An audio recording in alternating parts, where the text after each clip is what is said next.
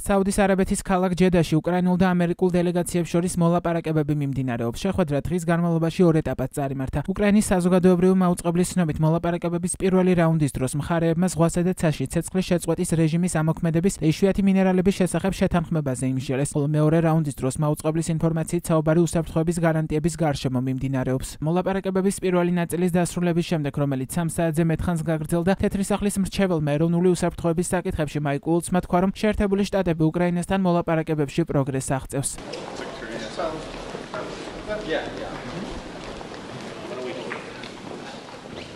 ორი ქვეყნის დელეგაციას შორის მოლაპარაკებები რუსეთსა და უკრაინას შორის ცეცხლის შეწყვეტისა და სამშვიდობო შეთანხმების საკითხებს ეხება. შეხვედრაზე უკრაინული მხარის წარმომადგენლები, უკრაინის საგარეო საქმეთა მინისტრი ანდრიი სიბიგა და პრეზიდენტის ადმინისტრაციის უფროსი ანდრეი ერმაკი, თავდაცვის მინისტრი რუსტემ უმეროვი არიან. ამერიკულ მხარეს შეერთებული შტატების სახელმწიფო მდივანი მარკო რუბიო და თეთრი სახლის მრჩეველი ეროვნული უსაფრთხოების საკითხებში მაიკ ულცი წარმოადგენენ. 10 მარტს საუდის არაბეთს უკრაინის პრეზიდენტი ვოლოდიმირ ზელენსკიც ეწვია, თუმცა ის მოლაპარაკებებში არ მონაწილეობს. იმავე დღეს უკრაინის პრეზიდენტმა სოციალურ ქსელში დაწერა, რომ შეხვედრისგან პრაქტიკული შედეგების იმედი აქვთ და რომ მათი პოზიცია მოლაპარაკებებზე სრულად კონსტრუქციული იქნება.